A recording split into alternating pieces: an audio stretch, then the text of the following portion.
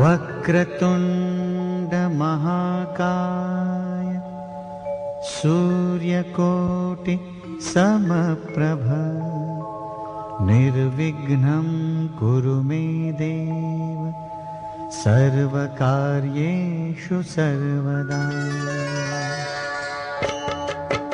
ॐ गणपतये नमो नमः, श्रीसिद्धिविनायक नमो नमः, अष्टविनायक नमो नमः, गणपति बाप्पा मोरया।